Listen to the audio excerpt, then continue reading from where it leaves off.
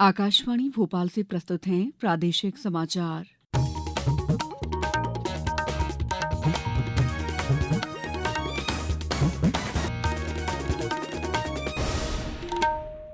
नमस्कार, समाचारों के साथ मैं दीपा सिंह।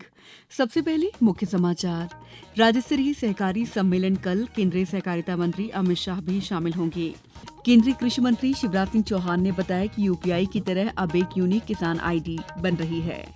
सम्राट विक्रमादित्य पर केंद्रित महानाटिका मंचन आज से 14 अप्रैल तक नई दिल्ली में होगा और प्रदेश को 15 अप्रैल तक तेज गर्मी और लू से मिली राहत। अब समाचार विस्तार से। केंद्रीय गृह और सहकारिता मंत्री अमित शाह के मुख्य आतिथ्य और मुख्यमंत्री डॉक्टर मोहन यादव की अध्यक्षता में कल रविवार 13 अप्रैल को रवींद्र भवन सभागार में राज्य स्तरीय सहकारी सम्मेलन होगा। सहकारिता मंत्री विश्वास कैलाश सारंग ने मंत्रालय में सम्मेलन की तैयारियों की समीक्षा करते हुए बताया कि सम्मेलन में राष्ट्रीय डेयरी विकास बोर्ड अध्यक्ष मिने शाह और केंद्रीय सहकारिता सचिव डॉक्टर आशीष कुमार भूटानी भी शामिल होंगे।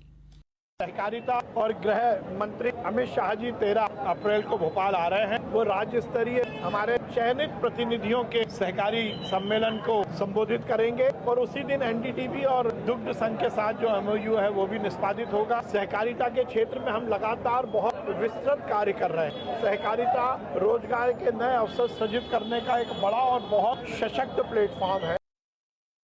केंद्रीय ग्रामीण विकास और कृषि तथा किसान कल्याण मंत्री शिवराज सिंह चौहान ने कल देवास जिले के कन्नौद में प्रधानमंत्री आवास योजना ग्रामीण के अंतर्गत हितग्राहियों को स्वीकृति पत्र वितरित किए। साथ ही केंद्रीय मंत्री ने जिले में विभिन्न विकास कार्यों का भूमि पूजन भी किया। इस अवसर पर श्री चौहान ने कहा है कि यूपीआई की तरह अब एक यूनिक किसान आईडी बन रही है, जिससे एक ही जगह किसान का पूरा रिकॉर्ड हो जाएगा। किसान भाइयों, अब एक यूनिक किसान आईडी बन रहा है, किसान की पहचान यूपीआई की तरह। और इसमें क्या होगा, एक जगह पूरे किसानों का रिकॉर्ड होगा। उसकी जमीन, उसने कौन सी फसल लगाई है, परिवार में कौन कौन है, पशु कितने, एक जगह सारा रिकॉर्ड। अभी कई बार क्या होता था, गड़बड़ हो जाती थी। अब रिमोट सेंसिंग से फसल का, सैटेलाइट के माध्यम से रिमोट सेंसिंग से फसल का नुकसान आंकेंगे और कोई गड़बड़ कर सकेगा, सही तथ्य सामने आएगा।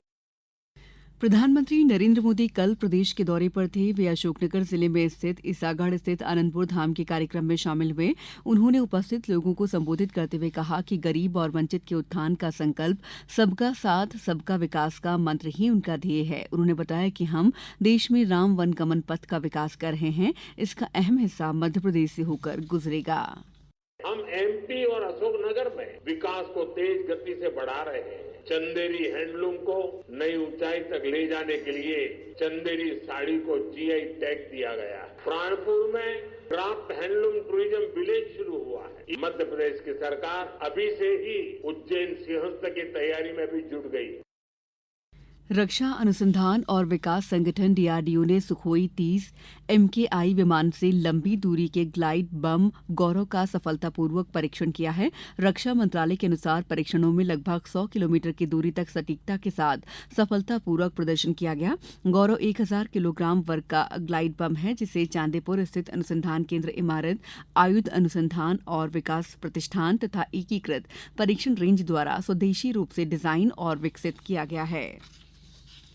सूचना और प्रसारण मंत्रालय ने भारतीय संगीत उद्योग के सहयोग से 32 waves create in India challenge श्रृंखला में शामिल संगीत प्रतियोगिता के विजेताओं की घोषणा की है। पहला विश्व दृश्य श्रव्य मनोरंजन शिखर सम्मेलन वेव्स 2025 1 से 4 मई तक मुंबई में आयोजित होगा। भारत की विविध संगीत प्रतिभाओं को सामने लाने के लिए इस प्रतियोगिता में देश भर से सैकड़ों प्रविष्टियां प्राप्त हुई हैं। कोलकाता के कुणाल कुंडू और अल्लाफ सरदार प्रतियोगिता के विजेता रहे। महाराष्ट्र से 2 और तमिलनाडु से 3 प्रतियोगी उप विजेता रहे। निर्णायक मंडल में भारतीय संगीत जगत की प्रतिष्ठित हस्तियां शामिल थीं। समाचारों में वक्त है ब्रेक का। ये समाचार आप आकाशवाणी मध्य प्रदेश से सुन रहे हैं। ये समाचार बुलेटिन YouTube पर Madhya Pradesh news All India Radio channel पर और Facebook साथ ही X प्लेटफॉर्म पर AIR न्यूज भोपाल पर सुने जा सकते हैं। इसके अलावा आप हमारी वेबसाइट newsonair.gov.in पर अथवा न्यूज ऑन AIR ऐप पर भी समाचार सुन सकते हैं। ब्रेक के बाद समाचारों में आपका एक बार फिर स्वागत है। सम्राट विक्रमादित्य पर केंद्रित महानाट्य का मंचन आज से 14 अप्रैल तक नई दिल्ली के माधवदास पार्क में होगा। उपराष्ट्रपति जगदीप धनखड़ आज शाम 7 बजे विक्रमोत्सव में सांस्कृतिक उत्सव का शुभारंभ करेंगे। मुख्यमंत्री डॉ मोहन यादव भी इस मौके पर मौजूद रहेंगे। मुख्यमंत्री डॉ मोहन यादव ने बताया कि महानाट्य सम्राट विक्रमादित्य के साथ साथ लाल किले पर विक्रमादित्य और अयोध्या विक्रमादित्यकालीन पुरातात्विक मुद्रांक, बृहत्तर भारत के सांस्कृतिक वैभव, मध्यप्रदेश में पर्यटन की संभावनाओं, प्रदेश में निवेश और रोजगार सृजन के अवसरों में लोक व्यापीकरण के प्रयासों पर केंद्रित प्रदर्शनियां भी लगाई जा रही हैं।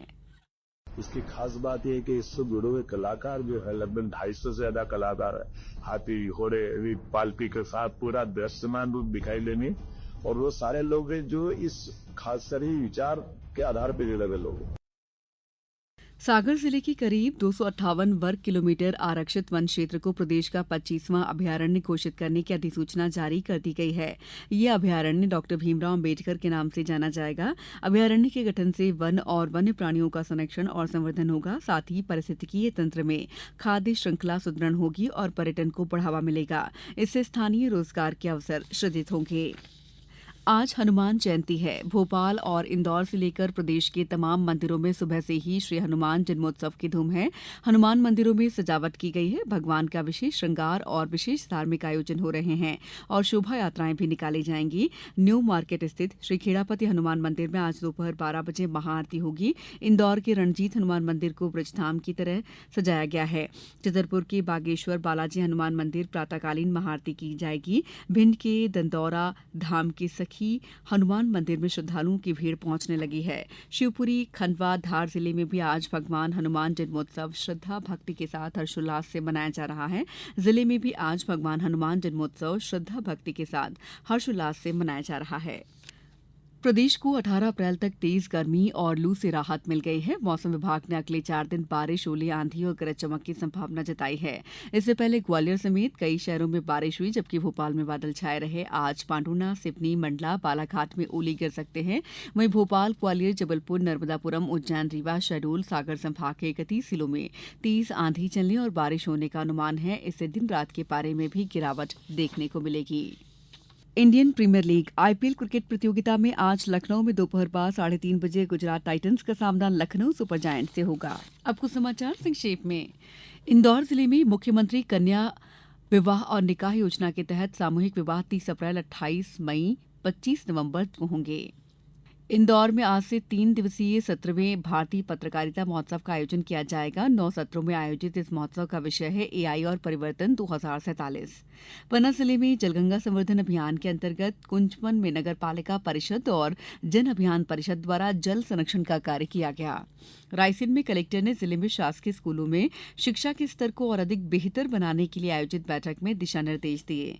डिंडौरी में कलेक्टर नेहा मारव्या ने मध्यप्रदेश ग्रामीण आजीविका भवन शाहपुरा में पंचायत सचिव, ग्राम रोजगार सहायक, महिला बाल विकास सुपरवाइजर, सहायिकाओं की समीक्षा बैठक ली।